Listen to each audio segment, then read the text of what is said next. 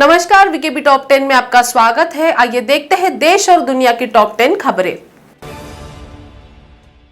देश में एक तरफ वैक्सीन की कमी है, वहीं मध्य प्रदेश के नरसिंहपुर में कोरोना वैक्सीन से भरा एक ट्रक लावारिस हालत में मिला है। बताया जा रहा है कि इस ट्रक में 2,40,000 वैक्सीन मिली है। 7 घंटे तक ये ट्रक चालू हालत में बिना ड्राइवर के सड़क किनारे खड़ा रहा। ये वैक्सीन से भरा ट्रक हैदराबाद के हरियाणा के करनाल जा रहा था।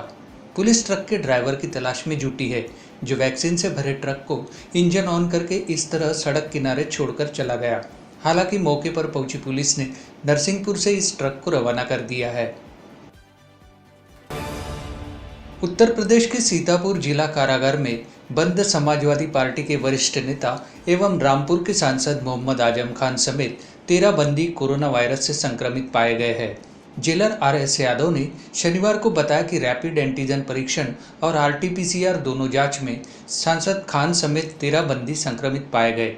जमीन हथियाने और अन्य आपराधिक मामलों में आजम खान अपने बेटे के साथ फरवरी 2020 से सीतापुर जिला कारागार में बंद है। राष्ट्रीय जनता दल के पूर्व सांसद मोहम्मद शहाबुद्दीन का आज दिल्ली के DDU अस्पताल में इलाज के दौरान निधन हो गया। वे कोरोना वायरस से संक्रमित थे। कुछ समय पूर्व तिहाड़ जेल के DG ने शहाबुद्दीन की मौत की पुष्टि कर दी है। शहाबुद्दीन कोरोना से संक्रमित थे और आज सुबह से ही उनके निधन की खबर वायरल हो रही थी। शहाबुद्दीन बिहार के सिवान से राष्ट्रीय जनता दल के टिकट पर सांसद रहे थे। उनकी गिनती बिहार के बाहुबली नेताओं में होती थी। दिल्ली के अस्पतालों में ऑक्सीजन सप्लाई, बेड और दवाओं की कमी को लेकर दिल्ली हाईकोर्ट में आज फिर सुनवाई हो रही है। इस बीच बत्रा अस्पताल ने ऑक्सीजन की कमी के बारे में बताया है। अस्पताल ने कहा है कि सुबह 6 बजे से इमरजेंसी बनी हुई है। अस्पताल में 307 मरीज भर्ती है। इनमें से 230 ऑक्सीजन सपोर्ट पर है। इस पर हाईकोर्ट ने कहा कि हर कोई थका हुआ है, यहाँ तक कि हम भी थक गए हैं। कोर्ट ने बत्रा अस्पताल से कहा कि आप डॉक्टर हैं, आपको अपनी नब्ज पकड़ने की ज़रूरत है। व्यवस्था बनाने के लिए वक्त दीजिए। अगर आप मैसेज करते रहेंगे तो दूसरा काम करने वाला व्यक्ति इसमें व्यस्त हो जाएगा। सुप्रीम कोर्ट ने शनिवार को यूपी पंचायत चुनाव के वोटों की गिनती को टालने के लिए दायर की गई याचिका पर सुनवाई की। कोर्ट ने मतगणना पर रोक लगाने से इनकार कर दिया और काउंटिंग सेंटर्स के बाहर कोविड प्रोटोकॉल का पूरी तरह पालन करने का निर्देश दिया। कोर्ट ने 829 मतगणना केंद्रों पर कोविड-19 प्रोटोकॉल का पालन किए जाने का राज्य निर्वाचन आयोग द्वारा आश्वासन दिए जाने के बाद उत्तर प्रदेश चुनाव को वोटों की गिनती की अनुमति दी। महाराष्ट्र की उप मुख्यमंत्री अजित पवार का कहना है कि हमने आज से बड़े पैमाने पर टीकाकरण अभियान चलाने की योजना बनाई थी, लेकिन सिर्फ 3 लाख डोज ही हमें मिले हैं। उन्होंने यह भी कहा कि आज हमारे पास 45 वर्ष से अधिक उम्र के लोगों को टीका लगाने के लिए वैक्सीन स्टॉक नहीं है। वहीं पुणे जिले में टीकाकरण केंद्र बंद थे।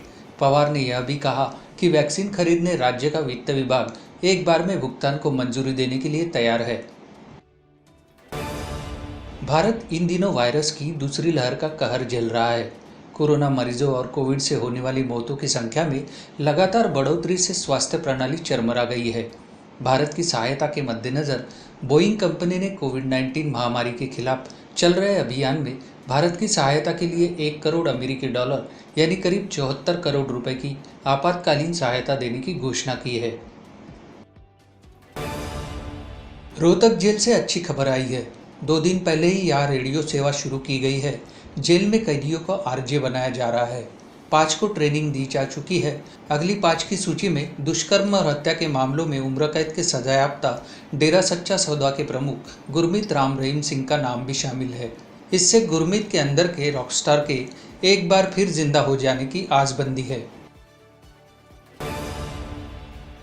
उच्च न्यायालयों के जजों को सुनवाई के दौरान अनावश्यक और बिना सोचे समझे टिप्पणी करने से बचना चाहिए, क्योंकि वे जो कहते हैं उनके काफ़ी गंभीर प्रभाव हो सकते हैं।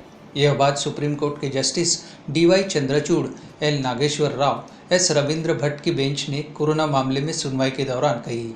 अदालत ने कहा, जजों को अपनी बात सोच विचार करके ही कहनी चाहिए।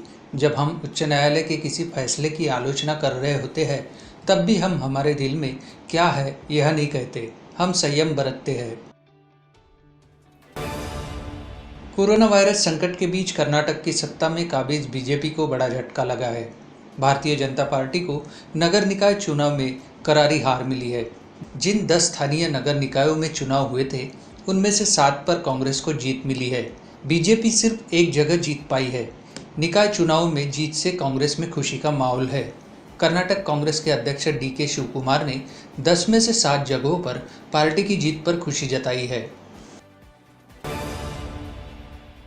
तो टॉप 10 के खबरों के साथ अभी इतना ही। आपसे फिर मुलाकात होगी, तब तक बने रहिए BKB न्यूज के साथ। नमस्कार।